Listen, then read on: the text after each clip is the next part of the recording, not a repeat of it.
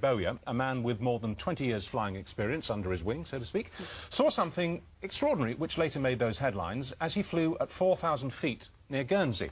And so did quite a few of his passengers, and so did the pilot of another aircraft that was flying nearby, flying over Sark.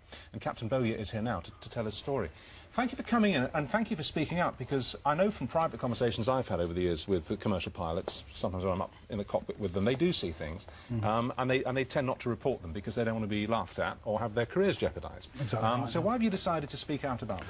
Well, I didn't actually decide to speak out at all. Actually, the press asked the company, which I work for, would I mind doing an interview, and the company, being quite a forward-thinking firm, had no objection. In fact, pretty much actively encouraged it. So that's how it happened, really. Well, how did the press get hold of it then? Did passengers? I don't know. I really don't know. You weren't the only person who saw No, this phenomenon, that's right. were you? There, No. there were some passengers who saw it, and Yeah. also another pilot. Yes. Simultaneously. Well, look, we've got an artist's impression that we knocked up here this afternoon on our computer paint box.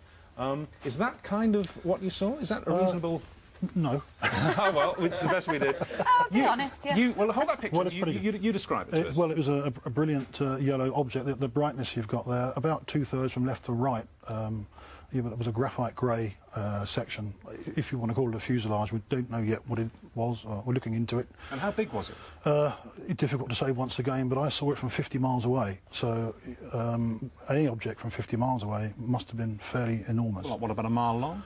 It's possible, yeah. Did it move at all? It probably didn't move, but I had the great opportunity the other day from Jersey Air Traffic Control visiting their radar room, and some interesting traces, let's put it that way, from the radar Really? indicate that there's a possibility that they did pick up from both Guernsey and Jersey radar traces, spurious traces they call, for around about 55 minutes. How long did you see it for? I saw it in total for 12 minutes. Can I show you a picture?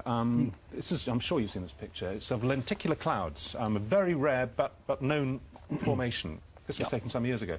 Could it have been something like that? Could it have been some very, very strangely formed cloud, do you think? No. Well, I think highly unlikely. I've seen lots of lenticularis in my time, but just doesn't look like a cloud. Well, you've seen a lot of clouds over the last I also few had years. the opportunity of looking at these objects, there were two of them, through binoculars, 10 times magnification, and in my view, a very definite object inside controlled airspace, which shouldn't have been there.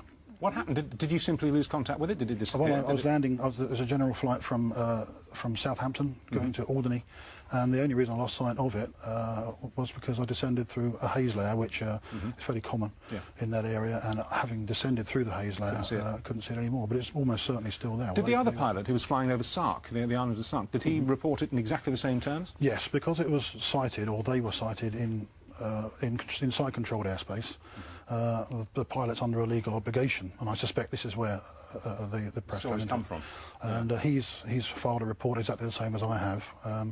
Well, let's show you a couple of pictures from the UFO file books. These are genuine UFOs in the sense that no one's ever been able to explain what they are, but they happen. They're not fakes. Well, that's over New Mexico. That's very similar to the sort of thing that I saw, yeah. Well, and my passengers. That was famously I haven't seen taken over New Mexico in 1957, and it's not a cloud. That much we do know. I don't know what it is, but it's not a cloud. Not a cloud. Analysis showed that it wasn't a cloud, but they don't know what it was, hence UFO. This is one from Russia in 1989. Again, analysis shows it's a genuine object. It's not a cloud. There is a cloud above it, a faint one, but that object is not a cloud. Again, is that something... well, I'd say the object I saw was a very brilliant yellow much brighter colour. than that. Yeah, much brighter. It's emitting light. Good. It was emitting. You think it was emitting light? Well, there was cloud above it, and all the way down to Guernsey. And, so it couldn't have been reflecting sunlight then? Yeah. Well, that was what I first thought before I looked at it through the binoculars. That there's a lot of vineries called greenhouses in Guernsey, and the sun may have been reflecting from one of these vineries to the aircraft. You often see them in France as well, on the way down to the Channel Islands, and because the aircraft moves position and the reflections are fixed in place, they often disappear. They always disappear. This one didn't disappear; it just stayed stationary. If you had to take an instinctive guess, and I'm saying it's guess, so I'm not asking for professionals, because how could you possibly know? Would you say that it was something of this planet or something from outer space? Extremely difficult. I mean, I think a few years ago you interviewed Dr. David Clark on a very similar sort of thing. Did, yeah. About 4 years ago. I spoke to him today. He's in charge of a team that's looking into this at the moment. I have been asked a question by the press, and my simple answer was, I don't think it's from around here. I can't speculate any further than that. But there is some information which is now being looked at, and hopefully better come back one day and give you an answer to this. But at the moment, it's an unknown. When you fly now, I mean, do you have a sort of slightly heightened awareness of what may be going on around you?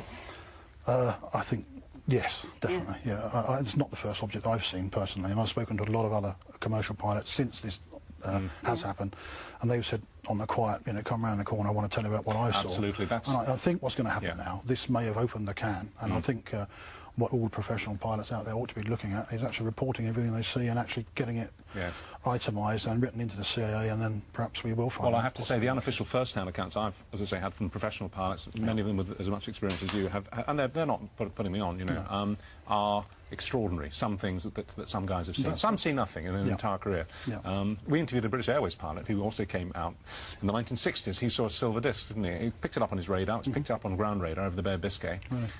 Pretty big, and it travelled at immense speed, way faster than the speed of sound, and disappeared under his right wing. And it was a round silver disc, you know, like they're supposed to be. Extraordinary. Well, this object looked like a CD disc on edge, if you like, but very sharp and extremely well defined. Well, thank you very much for coming in and describing it to us. That's fascinating. Thank you. Thank you. Welcome.